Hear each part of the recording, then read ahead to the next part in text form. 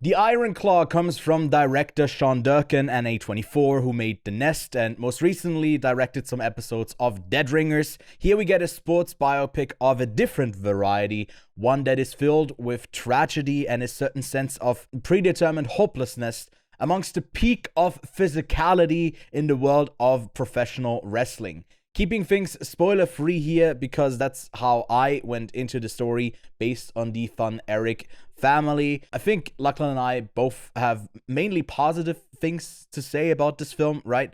From the stellar performances of Zac Efron, Harris Dickinson, Jeremy Allen White, and Holt McCallany. And also, I can never deny that I adore Lily James. So the film is now available to stream digitally, and I can safely say we'd recommend it both, right, Lachlan? 100%. It is a tragic tale that you can just Google yourself if you want to get spoiled, just like if you were to watch the movie Titanic. But what you should go and see is the dramatization of it. Am I about to do a bunch of analogies with Titanic, with the Iron Claw, to tell you why you should go see it? Yes, you will know kind of how it ends, but Hit me like you really one want of to your see the performance. What is French the quote? girls. Yeah, hit me like one of your French girls or something like that. Yeah. I think it really shines in the performances. If you weren't sure that post High School Musical Zac Efron has a lot to offer, then you're missing out. I think this is clearly his best performance to date, and I think it's also just comes from the writing and the direction. I think Sean Durkin is someone who really captures the tone well and then sticks to it. Maybe even sometimes to the detriment or to the downfall of the story, because it is such an underlying.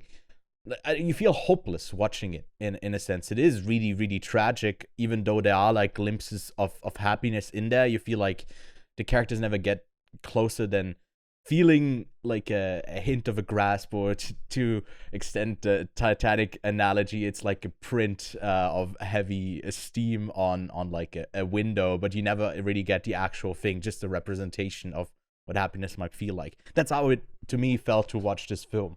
But I guess that's what keeps you on the edge of your seat the entire time, them racing to get to this goal. Yeah. And just tragedy that falls upon this family, the Von Eck family, Von Etch, I should say, family. They say it's a curse. They say it's a something in the bloodline, but you feel like it's something more than that. The film really tackles this toxic family, toxic masculinity within a family, and how a distant father, because he's not physically distant.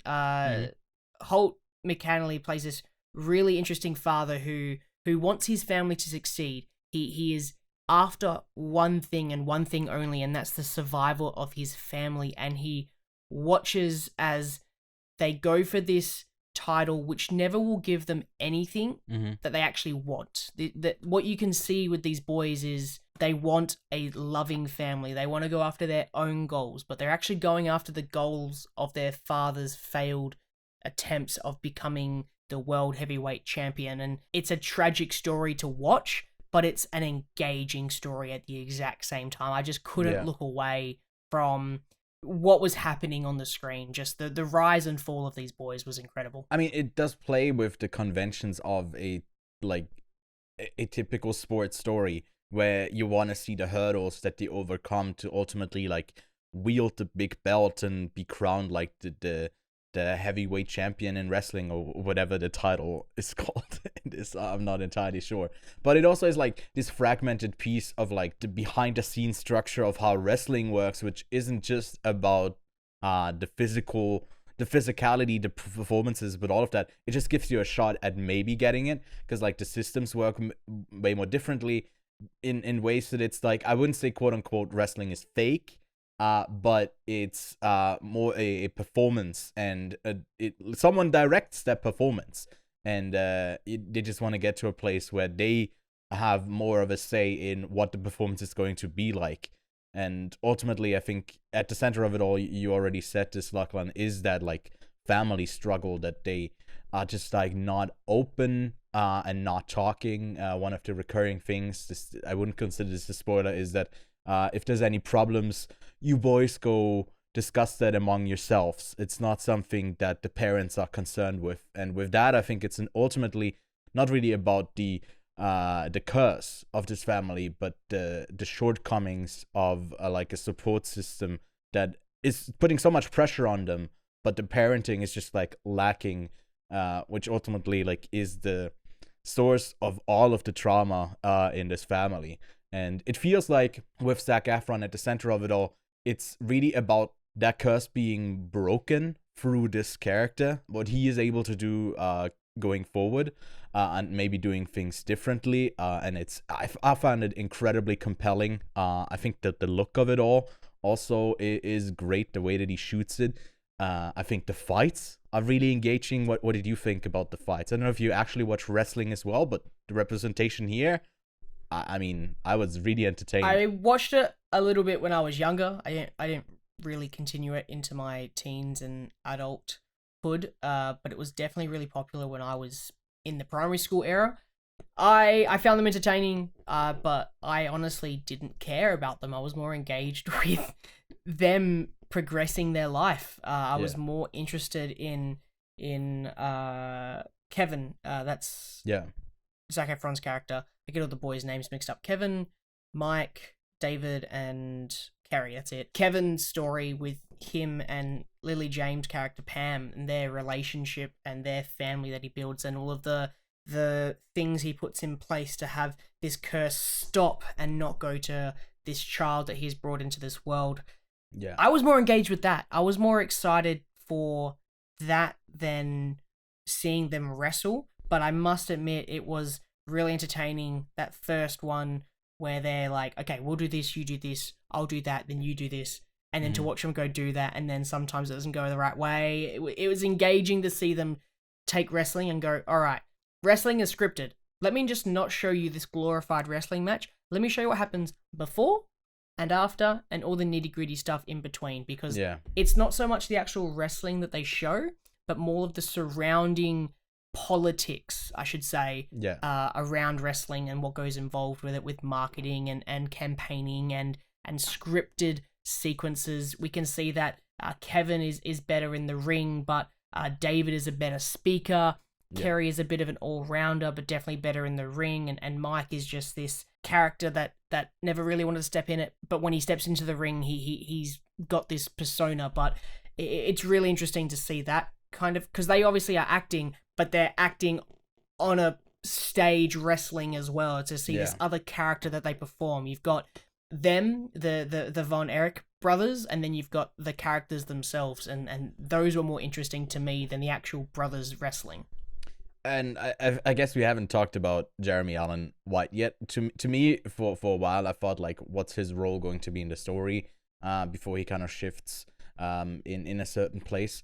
And I feel like you have a really stellar cast here with these, like, main three, and then the parent Holt, just because I mean, Harris Dickinson brings something different to it, but Jeremy Allen White and Zac Efron are so incredibly, like, jacked. It's crazy to look at just for that reason alone. And I feel like I'm gonna assume that it's gonna be very similar to, I think it was Predator, where all of the actors were trying to be bigger than each other. So in between scenes, they would, like, do 100 push-ups or whatever. And I'm assuming that these guys probably had a very similar thing where there was, like, some friendly competition of who can look the most jacked on screen. Yeah, and I mean, Zac Efron did have that like injury thing where he had to, like, get his whole, like, face reconstructed, like the lower half, something like that there. And I feel like it aids even more to how crazy jacked he is, because something about his face also seems like it's been, like, roughed up, which is not something that you look for when you cast someone, but makes it that much more perfect on his side, in my opinion. And to me, I gotta say, when it comes to lead performances of the year, at least for that, if not more, I think the Iron Claw was a bit overlooked when it comes to Academy appraisal, because this is clearly Zac Efron's best performance. I think it stands among one of the best performances of the year. Would you agree, or you see it differently? Oh yeah, 100%. I definitely think that this film has been snubbed a little bit. I think that there are definitely some categories that this film could go into. If there was a best ensemble at the Oscars, I think that this could definitely be in there. I think that we could probably put it in Best Picture. We could probably take out, I don't know. Maestro. What do you think? Past Lives, Ewan? Past Lives? No. Yeah, I know. Debating. No, I agree. We should take out Maestro Yeah. from Best Picture and put this in it. I think that both supporting and actor could have Zac Efron and Jeremy Allen White in it. Even more so, we could probably throw in there Holt as well. Yeah. I think that his performance is absolutely incredible as their father. And I think that you could probably do adapted screenplay. Or if it's adapted from a novel or whatever, but I guess you could put it in adapted screenplay. I think that it probably could go in there over something like, I'm going to get cancelled, but Barbie. I feel like it could probably get in there over Barbie. Compared to like I don't think we could take out Oppenheimer. I'm not going to take out Poor Things. I'm not going to take out The Zone of Interest. I might maybe pull out American Fiction and put this there and there instead. But yeah, I think that there are definitely some categories, but Zach, Jeremy, and Holt could definitely be in the respective performance categories. I don't think anything for cinematography. I don't think anything for sound. I think direction. I honestly don't think it's that great. If we want to break down directing stuff, but yeah, I think ultimately this film is held together. The glue is the ensemble cast and their respective individual performances. It's absolutely fantastic. I think if the casting award was given out this year already, then the Iron Claw would be one that should be considered for that as well. I feel like, I assume this movie, like, considering that these actors, or especially Jeremy Allen White, has had a really big year, he definitely would do a film like this again. I can see him doing it again. But it feels like you're capturing, similar to maybe Jacob Elordi having a big upswing at the moment. Jeremy Allen White is as well, more in the TV phase, but also through like other. I don't think he would do like a smaller role like Fingernails, for example. Again, where it's just kind of the husband that doesn't really have to do much because he really has a lot to add as a lead. But also in supporting a really versatile actor. I think we can recommend it. The only thing I'd preface is before you go into it, like it's going to take the wind out of you. It is going to feel like you're getting gut punched when you watch the film. And that kind of happens over and over again, not just like one big moment that it builds to. This whole thing has like this allure of just this inescapable sadness in a way underlying it. But I feel like there's also a hint of something hopeful in there. So I think it's brilliant. Rating wise, Lachlan, I'm at a 4.5 out of 5 for this one. I really, really dug it. I'm at a 4. My God, 4.5. Wow. Yeah, I think it's really strong. One of the best films of the, I guess, of 2023. And if you're seeing this now in 2024, like we said, you can go check it out on digital right now. If you want to hear our thoughts a bit more in depth when we actually talk about the, I guess, aforementioned and teased tragedies, we talk about all of it in this week's podcast. So if you're interested and hopefully you've seen the film, go give that a try. It should be linked below this video or on the channel soon. So thanks so much for watching. We'll see you soon.